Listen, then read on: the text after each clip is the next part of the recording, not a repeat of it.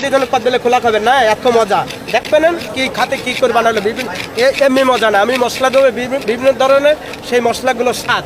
আর সেই স্বাদ বলে না সেই স্বাদই হবে, খুব মজা। এই দেখেন কি মজা, কয়েক রকম মশলা দিয়ে আসেন, এই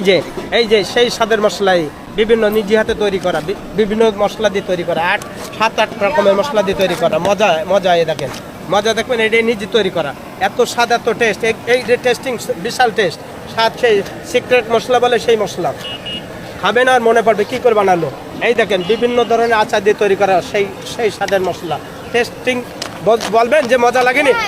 এত মজা এত টেস্ট, খাবেন আবার মনে পড়বে যে কী করে বানালো, একটু গালে দেবেন, যে গালে দেবে সেই আবার কদবেলে দয়া করে কোনো কদবেলে খোলা খাবেন না,